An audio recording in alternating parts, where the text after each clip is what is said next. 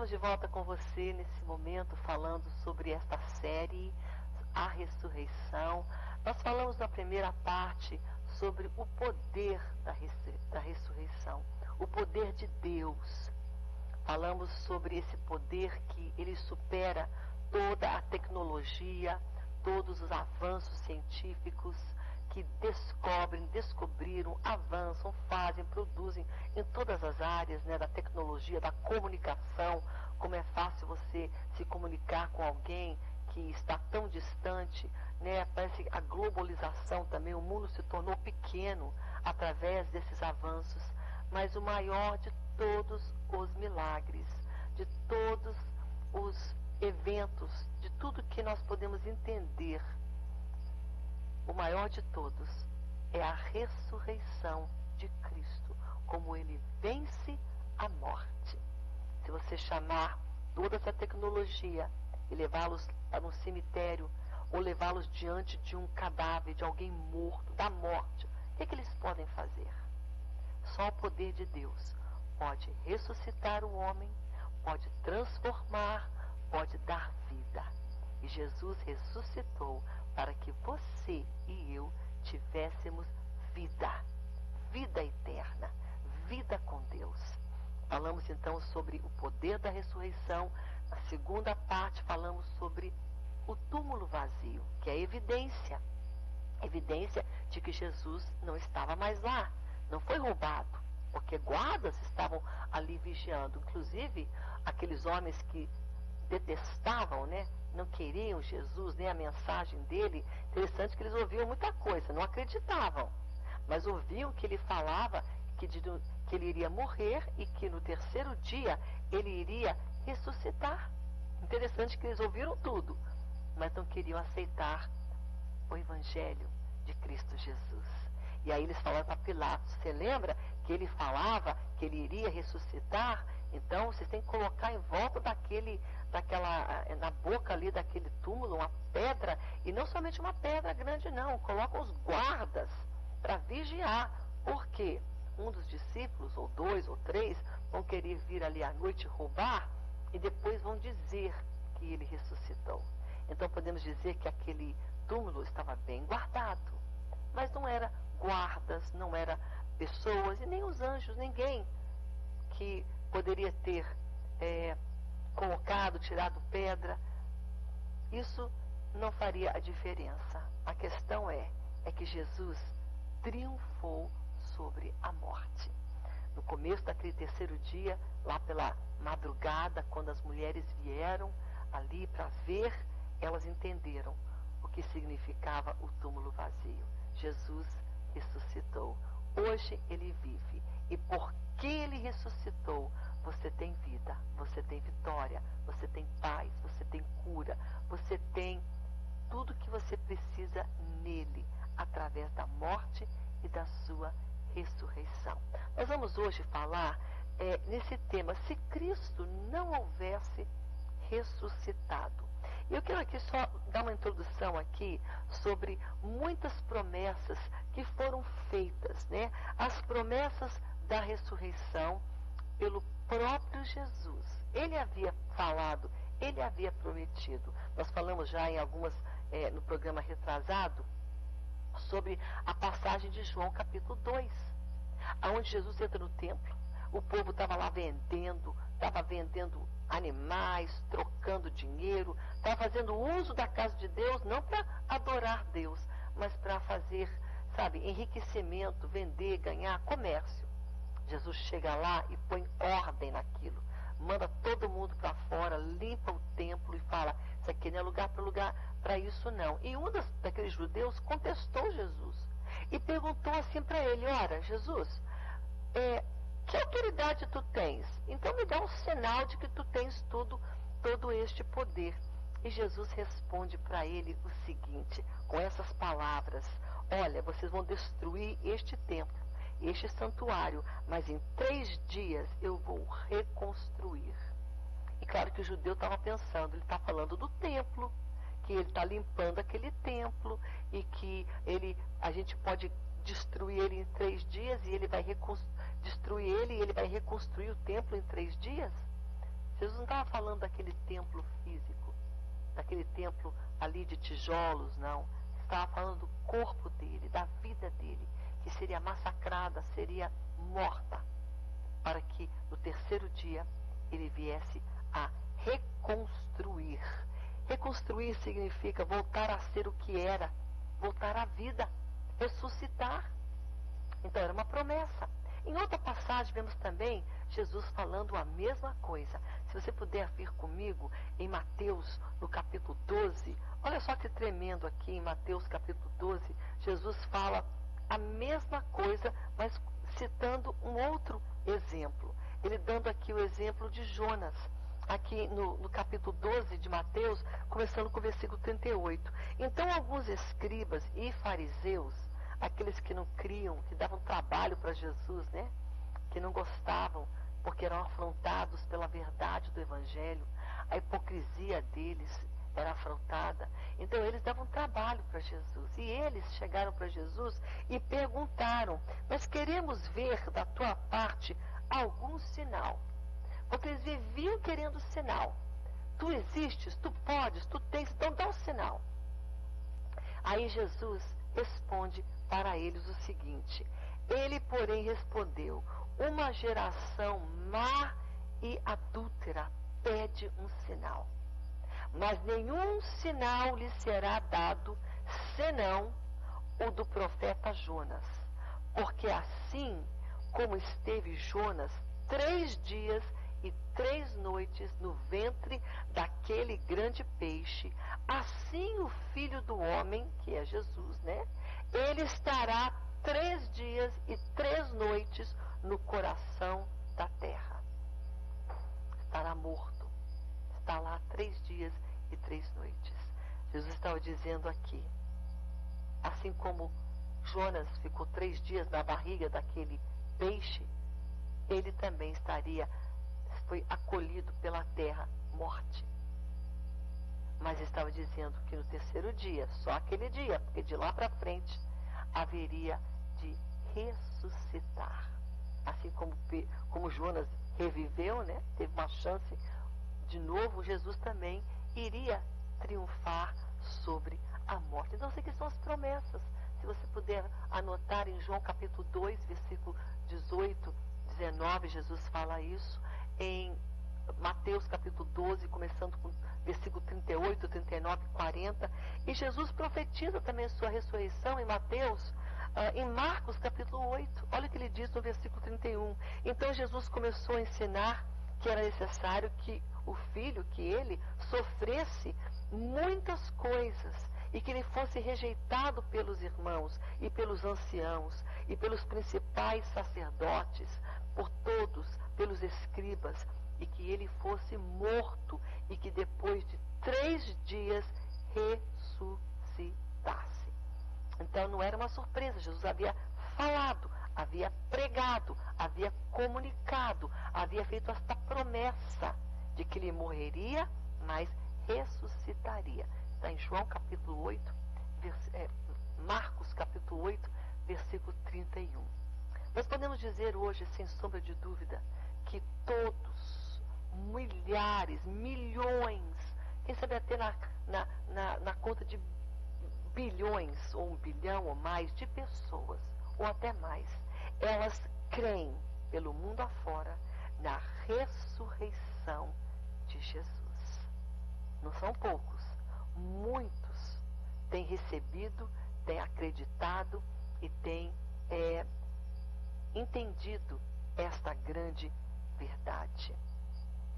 Mas eu quero hoje ler com você uma passagem escrita pelo apóstolo Paulo, que não conheceu Jesus como os discípulos conheciam, mas quando este homem, Paulo, que era Saulo, estava andando numa viagem, né, caminho de Damascos, ele era mau, ele perseguia aqueles que gostavam de Jesus, que serviam, que pregavam, que falavam de Jesus.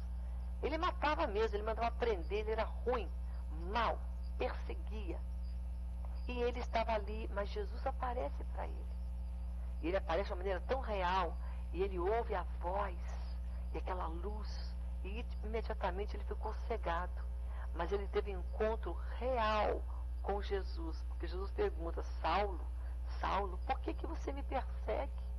E ele fala: mas quem és tu? Eu sou Jesus, aquele a quem tu persegues. É tremendo. Este homem, Paulo, ele escreve aqui uma passagem muito tremenda, falando sobre a ressurreição, porque nosso tema é esse: se Jesus não houvesse ressuscitado. E ele escreve sobre isso. O que aconteceria, o que nós teríamos ou não teríamos se Jesus não tivesse ressuscitado? Ele diz bem claro. Vamos abrir a Bíblia então nessa passagem para entender esse texto base. Está aqui, 1 Coríntios capítulo 15, vamos começar com o versículo 13, o versículo 14, que diz assim para nós: e se Cristo não ressuscitou, é vã a nossa pregação e é vã a nossa fé. Se Cristo não ressuscitou, é vã a nossa pregação e também é vã a vossa fé. É vã a vossa pregação e a vossa fé. Ele diz mais: e somos tidos por falsas testemunhas de Deus, porque temos asseverado contra Deus que ele ressuscitou a Cristo, a qual ele não ressuscitou, se é certo que os mortos não ressuscitam. Porque se os mortos não ressuscitam, também Cristo não ressuscitou. E se Cristo não ressuscitou, é vã a vossa fé. Ainda permaneceis nos vossos pecados. O que é necessário você ser salvo? É Cristo ter morrido, mas ressuscitado. E Paulo está escrevendo isso aqui para a igreja de Coríntios, para eles entenderem a necessidade, a importância do fato de Cristo ter ressuscitado. E ainda mais ele diz: os que dormiram em Cristo pereceram. Está dizendo: olha, então não tem céu. Se Jesus ressuscitou, ninguém vai para o céu. Os que pereceram não foram encontrar com ele. Não teria nada. E aí no versículo 16, 18, 19, ele fala: se a nossa esperança em Cristo se limita apenas a esta vida, o aqui e o agora, nós somos os mais infelizes de todos os homens. Se você crê que Jesus só salva para agora, para você viver feliz agora, e depois que morre você não sabe o que acontece, então você é o mais infeliz de todos os homens. Porque Jesus não é só para esta vida, para este momento, para esses anos que é determinado a você viver, quem sabe 40, 50, 60, 70, 80, 90, não sei quanto tempo você vai viver, e nem eu. Mas está dizendo que se fosse só para agora, que fé, que esperança teria? E amanhã, e depois que eu morro? Mas porque ele ressuscitou, eu ressuscitarei, e eu verei ele, e eu terei vida eterna nele. É o que ele diz aqui. No versículo 19, se a minha esperança em Cristo se limita só aqui, eu sou a mais infeliz de todas as pessoas. Mas, de fato, Cristo ressuscitou dentre os mortos, sendo ele as primícias dos que dormem. Porque aqueles que já morreram em Cristo, um dia, quando Jesus voltar, os primeiros serão eles a ressuscitar. Depois Jesus levará a sua igreja. Os mortos ressuscitarão, mas Jesus é o primeiro, a primícia. Quem primeiro ressuscitou? Jesus. E o apóstolo Paulo está dizendo isso para esta igreja, esclarecendo, ensinando, visto que a morte veio por um homem, mas também por um homem veio a ressurreição dos mortos. Jesus ressuscitou da morte. Então, por ele foi o primeiro. Porque assim, ele vai explicando, mas o que eu quero dizer aqui, eu quero que você entenda, é que seria em vão. Se Cristo não ressuscitou, seria vã a nossa pregação. O que eu ia pregar? Não existiria palavra, pregação, igrejas, esse ministério da palavra. Seria não somente vão a minha pregação, a tua pregação, a pregação de muitos que levam a palavra de Deus, mas seria em vão também, diz aqui, a vossa fé. Toda a pregação seria em vão. Todo o tempo pregando seria em vão. Não somente hoje, mas também seria em vão a pregação daqueles que vieram antes de nós. Não pense que a pregação de Deus, do Evangelho de Cristo, é a coisa de agora. Nesse século. Não. naquela época aqui com os discípulos. Eles foram os primeiros a levarem o Evangelho. Então, seria em vão se Cristo não tivesse ressuscitado. Seria em vão a pregação dos apóstolos. Tudo que eles falaram, pregaram, ensinaram, seria tudo em vão. Inclusive aquilo que o apóstolo Paulo pregava. Por isso ele escreve isso aqui para essa igreja em Coríntios, explicando e fazendo eles conhecerem que se Cristo não houvesse ressuscitado, seria em vão a fé deles. Seria em vão a pregação, inclusive a dele. Ele é o apóstolo. O apóstolo João, o apóstolo Pedro, todos eles. Timóteo, Estevão, Silas, Barnabé, todos que colaboraram, aqueles que vieram com os apóstolos. Seria em vão, então. A pregação dos apóstolos, a igreja primitiva, que mensagem eles iam pregar? Os mártires que morreram em prol do quê? Do Evangelho. Mas de quem? De Cristo morto? Daquele que não soube vencer? Daquele que ficou enterrado? Não. Do Cristo vivo, que vive e cuja palavra nós podemos hoje, com autoridade, pregar.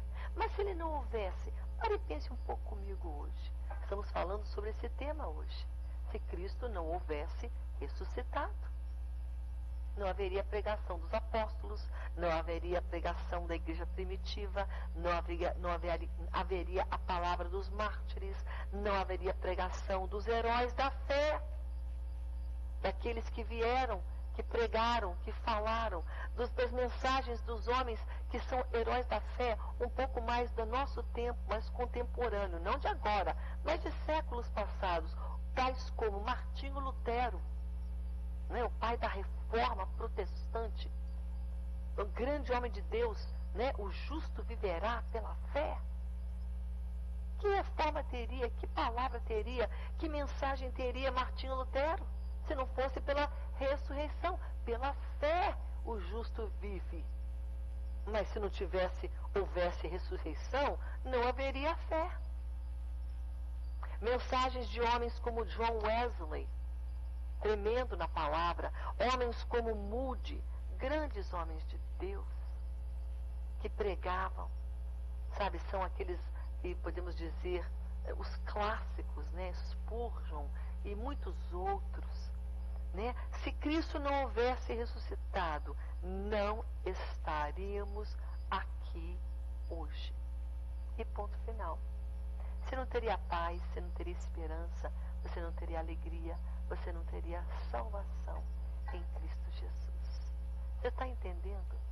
Por isso nós estamos essa semana parando um pouco aqui e dando esse tempo nessa série, a ressurreição, porque é tão tremendo. É bíblico, é a palavra de Deus. Amém? Toda a fé seria em vão. Toda a fé, toda a pregação seria em vão. Versículo 14, confira, está aqui na Bíblia, de 1 Coríntios, capítulo 15. Tudo isso seria em vão, a nossa fé, se Cristo não houvesse ressuscitado. É muito tremendo, né? Nós vamos dar uma paradinha aqui, nós vamos para o intervalo. Mas quando nós voltarmos no terceiro bloco, vamos falar alguns itens a mais aqui, usando passagens bíblicas, explicando a importância. É tão importante você entender o poder da ressurreição e o que ele faz na sua vida. Porque é pessoal. Jesus ressuscitou por mim e para mim. Eu tenho um relacionamento com Jesus. A minha fé, o meu andar, eu chamo ele de meu Deus, meu Salvador. Sabe? A minha caminhada, os meus milagres, a minha salvação. Eu fui liberta e continuo sendo liberta cada dia transformada, cada dia edificada, cada dia mudada, cada dia perdoada. Tudo consequência, tudo resposta da morte e da ressurreição de Cristo Jesus. O meu Salvador, o teu Salvador, o nosso Salvador. Nós vamos agora para um pequeno intervalo. Eu aguardo você daqui a pouco mais comigo, dando continuidade a este tema. Daqui a pouco mais nós voltamos.